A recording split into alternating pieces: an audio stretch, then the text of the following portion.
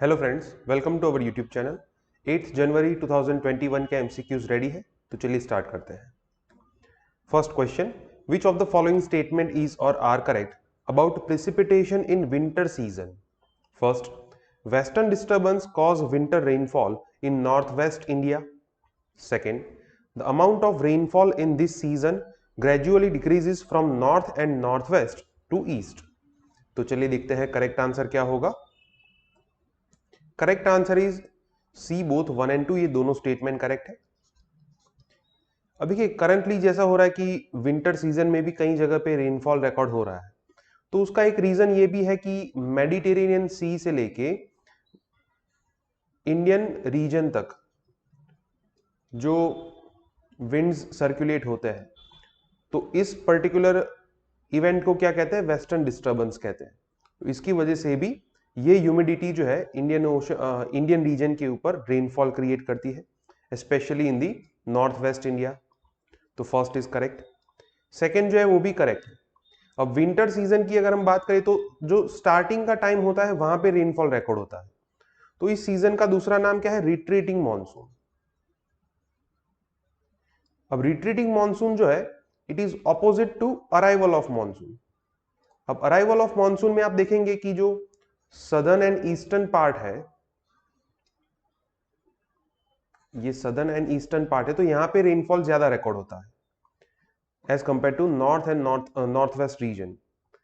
Retreating monsoon में इससे उल्टा होगा, यहां पे north and north west area के अंदर ज्यादा रेनफॉल रिकॉर्ड होता है as compare to arrival of monsoon. तो दोनों स्टेटमेंट करेक्ट है। Answer is C, both 1 and 2।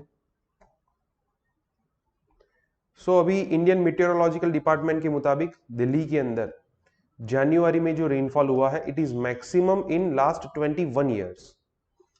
तो यहां पे हम कह सकते हैं कि इस साल विंटर रेनफॉल ज्यादा रिकॉर्ड हुआ है as compare to earlier years. Second question, which of the following statement is or are correct about Union Public Service Commission UPSC? First, chairman and members of UPSC are appointed by the president as per the composition mentioned in the constitution.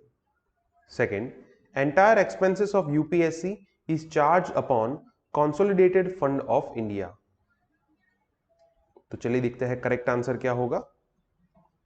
Correct answer is B, second only. Correct answer B है, second only, first is incorrect.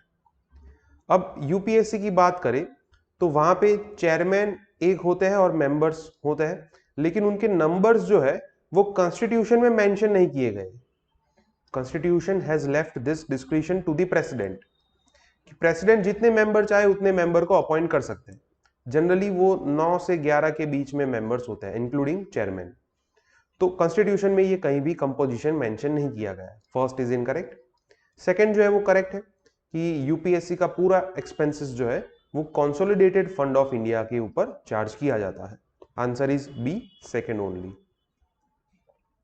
So UPSC जो है वो काफी बार इस साल news में रहा है, क्योंकि रिजर्वेशन पॉलिसी की वजह से जो पर्सन विद डिसेबिलिटीज है उनके लिए एक्चुअली कितनी वैकेंसीज थी वो डिस्क्लोज नहीं किया गया था, और इस वजह से हाई कोर्ट ने यूपीएससी को ये सवाल पूछा है तो फिर आप मेंस एंड इंटरव्यू के अंदर कैंडिडेट्स को कौन से बेसिस पे सिलेक्ट करते हैं if the number of vacancies is not perfectly disclosed. Third question, which of the following statement is or are correct about avian influenza? First, it is a viral infection that can infect only birds and animals, not humans. Second, it affects only food producing birds. तो चलिए देखते हैं correct answer क्या होगा। Correct answer is D, neither one nor two. ये दोनों statement incorrect है। Avian influenza is also known as bird flu, right. अब ये एक वायरल इंफेक्शन है, ये हमने कल के वीडियो में भी डिस्कस किया था। तो इसकी वजह से क्या होता है कि बर्ड्स इन्फेक्ट होते हैं, इसके प्रूफ्स है। एनिमल्स भी इन्फेक्ट होते हैं, इसके भी प्रूफ है। ह्यूमंस भी इन्फेक्ट होते हैं, लेकिन उसका कोई क्लियर कट एविडेंस नहीं है। हालांकि ये प्रूव हुआ है कि ह्यूमंस इन्फेक्ट हो सकते हैं, लेकिन बर्ड या एनिमल से ह्यूमन में ट्रांसमिशन होता है ऐसा कोई क्लियर कट एविडेंस नहीं है। So first is incorrect. Second जो है वो भी इनकरेक्ट है, बिकॉज ये सिर्फ फूड प्रोड्यूसिंग बर्ड्स में नहीं देखने को मिलता, It can also be seen in the wild birds, pet birds also. So her type के पक्षियों के अंदर ये बर्ड फ्लू देखने को मिलता है. Answer is D, neither one nor two. So अभी बहुत सारे स्टेट्स के अंदर ये एवियन फ्लू जो है वो काफी न्यूज में रहा है. हिमाचल के अंदर मेनली इसके केसेस जो है वो डिटेक्ट हो रहे हैं. Fourth question, which of the following state recently started theme based monitoring of forestry works? Option A Maharashtra, option B Gujarat, option C Madhya Pradesh and option D Rajasthan. So let us see what is the correct answer for this. Correct answer is D Rajasthan. ये आपको कल के newspaper में मिलेगा. Theme based monitoring for Rajasthan forestry works. वहाँ का जो forest department है उन्होंने अलग अलग थीम के बेसिस पे, जैसे कि फॉरेस्ट्री एफॉरेस्टेशन है, वीडियो शूटिंग है, तो ऐसे थीम के बेसिस पे उन्होंने फॉरेस्ट्री वर्क को मॉनिटर करने का प्लान बनाया है. Fifth question, which of the following statement is or are correct about Central Vista project? First, the Central Vista project envisages redeveloping Central Vista as a world-class public space. Second, the new Parliament building will be earthquake resistant. तो चलिए देखते हैं correct answer क्या होगा. Correct answer is C, both 1 and 2. ये दोनों statement correct है. Central Vista project के अंदर पार्लियामेंट एंड सेक्रेटरिएट, ये दोनों बिल्डिंग को रीडेवलप किया जाएगा as a world class public space.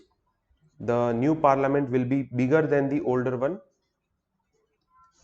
काफी सारे नए बिल्डिंग्स इसके अंदर बनाए जाएंगे, उस पार्लियामेंट के अंदर कैपेसिटी उसकी इंक्रीज होगी. And the new parliament will be earthquake resistant also.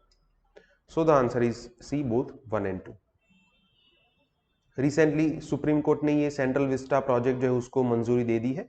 Actually इसके लिए कंट्रोवर्सी ये चल रही थी कि फंडिंग भी काफी ज्यादा है और बहुत सारे एनवायरमेंटल हैजार्ड्स भी हो सकते थे, राइट. तो सुप्रीम कोर्ट ने ये सभी एस्पेक्ट्स को जज करके फिर अपना फैसला दिया है कि सेंट्रल विस्टा प्रोजेक्ट जो है उसको मंजूरी दे दी है. अब नए पार्लियामेंट की बिल्डिंग का निर्माण स्टार्ट होगा. तो उसके चलते कौन सी कंट्रोवर्सीज है, कौन से अदर स्टेक होल्डर्स को इंक्लूड करना चाहिए, उसके बारे में ये कल के न्यूज़पेपर में आर्टिकल था. Sixth question, in India reservation is provided on which of the following basis? First, economic. Second, socio economic. And third, geographical locations. So let us see what is the correct answer for this question. Correct answer is D, 1, 2 and 3. India के अंदर ये तीनों basis पे reservation provide कराया जाता है. Economic basis की अगर हम बात करें तो EWS category is there for 10% reservation, तो जिसके अंदर एनुअल इनकम के बेसिस पे रिजर्वेशन प्रोवाइड कराया जाता है. सो इकोनॉमिक बेसिस पे मिलता है. सोशियो इकोनॉमिक बेसिस पे भी मिलता है. For example schedule caste is there, तो सोशल स्टेटस की वजह से उनका इकोनॉमिक स्टेटस जो है वो कम है, तो उसके चलते उनको SC कैटेगरी जो है उनको रिजर्वेशन दिया जाता है. और जियोग्राफिकल लोकेशंस की बात करें तो वहां पे आप ST कैटेगरी को मेंशन कर सकते हैं, शेड्यूल ट्राइब्स, जो कि जियोग्राफिकली कॉमन पीपल से आइसोलेटेड है और इसलिए उनका कल्चर भी अलग है और उसको कंजर्व करने के लिए उनको रिजर्वेशन दिया जाता है. सो the answer is D, 1, 2 and 3. तो ये कल के न्यूज़पेपर में रिजर्वेशन के बारे में काफी अच्छा आर्टिकल था कि there is a line between reserved and general category which is blurring and impacting reservation as an idea and as practice. तो किस तरीके से रिजर्वेशन को इफेक्टिवली इंप्लीमेंट किया जा सकता है? By introducing certain ideologies and certain merit basis. तो ये कल के न्यूज़पेपर में ये आर्टिकल था जिसके अंदर ये बताया गया है. काफी अच्छा आर्टिकल है, इसके ऊपर हम दूसरा क्वेश्चन भी देखेंगे. Seventh question, in 1921 communal government order was passed in dash presidency to take steps to increase the proportion of the post in government offices held by non Brahmin community. मतलब कि 1921 के अंदर कम्युनल गवर्नमेंट ऑर्डर के द्वारा कौन सी presidency के अंदर non Brahmin community के लिए गवर्नमेंट ऑफिसेस की पोस्ट इंक्रीज करने का प्रपोजल दिया गया था? Option A Bombay, option B Kolkata, option C Madras and option D none of the above. So the correct answer is C, Madras. Madras presidency के अंदर 1921 में पहली बार ऐसा हुआ था कि कास्ट बेसिस पे रिजर्वेशन लागू किया जाए, नॉन ब्राह्मण कम्युनिटी जो है उनके लिए गवर्नमेंट पोस्ट जो है वो इंक्रीज करने का प्रपोजल दिया गया था। So the answer is C, Madras presidency. ये आंसर भी आपको इसी आर्टिकल में से मिलेगा, जहां पे अब 1921 में ऑर्डर दिया गया था तो 2021 में उसको 100 साल कंप्लीट होंगे। तो यहां पे मेंशन किया गया है कि the 2021 happens to be the centenary year for communal government order in Madras presidency. तो इसकी डिटेल्स क्या है वो आपको पता होनी चाहिए। और इस साल कोइंसिडेंस क्या हो रहा है वो भी यहाँ पे दिया गया है कि second anniversary year for EWS reservation और 17th birthday of the our constitution. 8th question, which of the following statement is or are correct about Information Fusion Center, Indian Ocean region? First, it was established with the vision of strengthening Indian Air Force. Second, through this center, crucial information regarding air defense systems will be transmitted with partner countries. So let us see what is the correct answer. Correct answer is D, neither one nor two. ये दोनों statement incorrect है। Information Fusion Center जो है Indian Ocean region के लिए, it is to strengthen our maritime awareness. India का जो maritime domain है उसको स्ट्रांग बनाने के लिए ये पर्टिकुलर सेंटर जो है वो एस्टैब्लिश किया गया है with in the information management and analysis centre of Indian navy. Indian navy का ये जो सेंटर है विच इज लोकेटेड इन दी गुरुग्राम, उसके अंदर ये सेंटर जो है वो एस्टैब्लिश किया गया था। तो इसके अंदर क्या होगा कि जो क्रूशियल शिपिंग से रिलेटेड इंफॉर्मेशन है वो ट्रांसफर की जाएगी अलग अलग कंट्रीज को, जिसकी वजह से इंडिया का जो मैरीटाइम डोमेन है वो और भी स्ट्रांग हो सके। So it is not meant for the air force or any kind of air defence system. The answer is D, neither one not two. So India किस तरीके से अपने मैरीटाइम डोमेन को और भी स्ट्रांग बना सकता है, ये कल के न्यूज़पेपर में उसके लिए आर्टिकल था। काफी अच्छा आर्टिकल है, काफी सारी फैक्चुअल चीजें यहाँ पे बताई गई है जिसके बारे में आपको पता होना चाहिए। 9th क्वेश्चन, अब जो दो क्वेश्चन है वो आज के न्यूज़पेपर से है। Which of the following statement is or are correct? First, American Congress has special power that it can increase allocation given to an agency in the budget. Second, American president has a qualified veto. So let us see what is the correct answer. Correct answer is C, both 1 and 2, ये दोनों statement correct है। American Congress का मतलब होता है senate, जो कि वहां का अपर हाउस है। अब वहां के अपर हाउस को ज्यादा पावर्स दिए गए हैं as compare to India. Special power ये है कि किसी भी एजेंसी को, जैसे कि हमारे यहाँ पे मिनिस्ट्री है, तो उनको कितना बजट अलोकेट किया है वो इंक्रीज कर सकते हैं।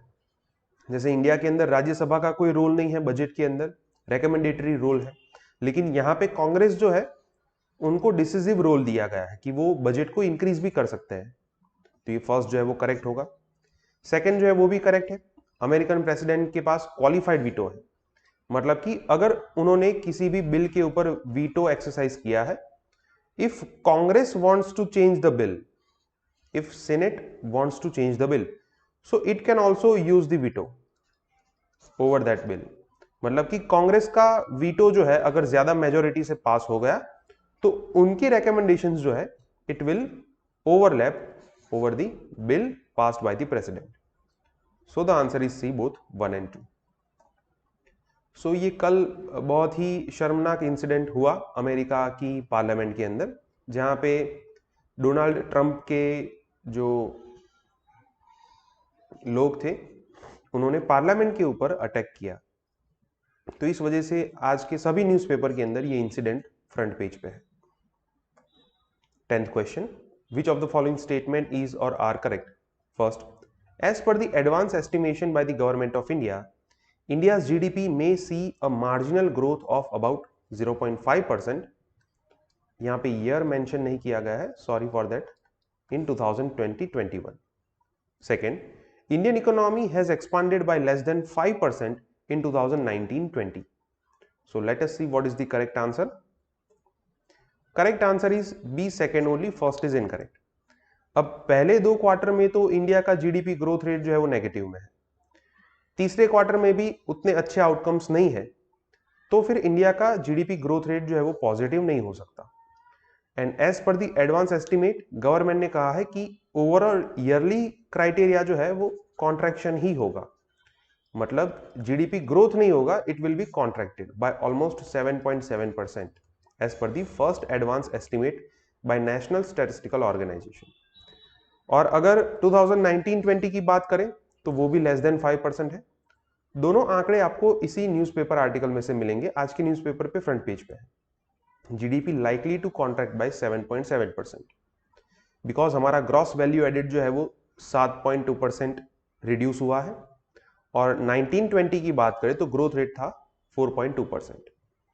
तो ये एडवांस एस्टिमेशन के अंदर जो नंबर्स दिए गए हैं उसको आप एनालाइज कर सकते हैं। ओके फ्रेंड्स, तो आज के 10 MCQs कंप्लीट होते हैं। अगर आपको कोई डाउट है तो आप कमेंट सेक्शन में लिख सकते हैं। वीडियोस आपको पसंद आए तो वीडियोस लाइक कीजिए और चैनल को सब्सक्राइब कीजिए। Thank you.